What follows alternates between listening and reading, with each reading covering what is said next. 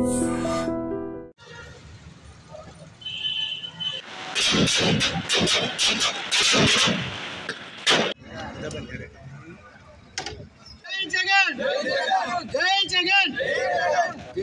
రెడ్డి గారి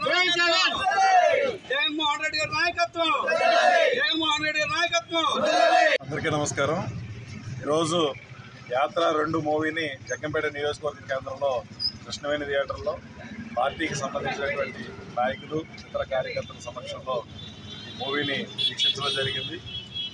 డైరెక్టర్ గారు ఈ సినిమాని చాలా చక్కగా ఏదైతే వాస్తవ పరిస్థితులు ఉన్నాయో, గతంలో రాజశేఖర రెడ్డి గారి పాదయాత్ర కానీ, తర్వాత రాజశేఖర రెడ్డి గారి మరణానంతరం జరిగినటువంటి పరిణామాలన్నీ, కాంగ్రెస్ పార్టీ గౌరవ ముఖ్యమంత్రి జగన్మోహన్ రెడ్డి గారిని ఏ రకంగా ఇబ్బంది పెట్టిందో, అలాగే ప్రతిపక్షాలు కాంగ్రెస్ పార్టీ కలిసి జగన్మోహన్ రెడ్డి గారిని ఏ రకంగా ఇబ్బందులు గురి చేసేటటువంటిది చాలా చక్కగా కంటికి కట్టినట్టుగా డైరెక్టర్ గారు చూపించడం జరిగింది.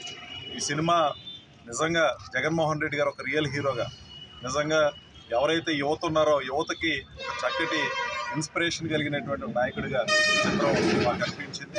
కారణం ఏంటంటే ఎటువంటి కష్టాలు వచ్చినా సరే కష్టాల నుంచి ఎదుర్కోవడం అనేది ఈ సినిమాలో చూపించినటువంటి ఒక సంకల్పం ఉంటే ఏనైనా సాధించవచ్చు అనేటువంటిది ఈ సినిమా ద్వారా మేము చూసినటువంటి పరిస్థితి ఉంది.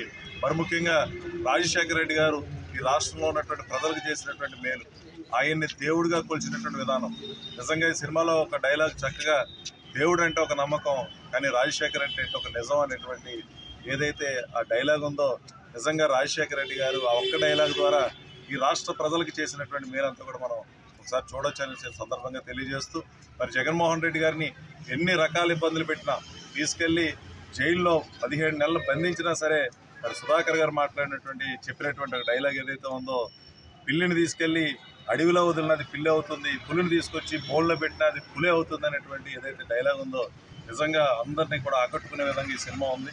మరి భవిష్యత్తులో కూడా మరొక సినిమా రాబోతోంది. కారణం ఏంటంటే పాదయాత్ర ద్వారా విజయం సాధించినంత వరకు ఈ సినిమా చూపించడం జరిగింది. ఇచ్చినటువంటి మాటను ఎలా నిలబెట్టుకుని ఈరోజు రాష్ట్రంలో పేద ప్రజలకు మేలు చేసి, రాజశేఖర రెడ్డి గారు ఒక దేవుడు అయితే మరొక దేవుడు జగన్మోహన్ రెడ్డి అనే విధంగా ఆయన చేస్తున్నటువంటి పరిపాలన భవిష్యత్తులో కూడా సినిమా రూపంలో వచ్చితే బాగుంటుందని అభిమానులు కూడా మేము అందరం కూడా భావిస్తూ ఉన్నాం. మరి ముఖ్యంగా ప్రజలందరం కోరుతా ఉన్నాం, ఇంత చక్కటి సినిమా తీసినటువంటి డైరెక్టర్ గారిని ప్రోత్సహించాల్సిన అవసరం ఉంది. వాస్తవాలు మరొకసారి మనందరం కూడా గ్రహించాల్సిన అవసరం ఉంది. కాబట్టి ఈ సినిమాని అందరూ కూడా ఆదరించాలని ప్రతి ఒక్కరిని కూడా కోరుతూ అందరి దగ్గర సెలవు తీసుకుంటా ఉన్నాను.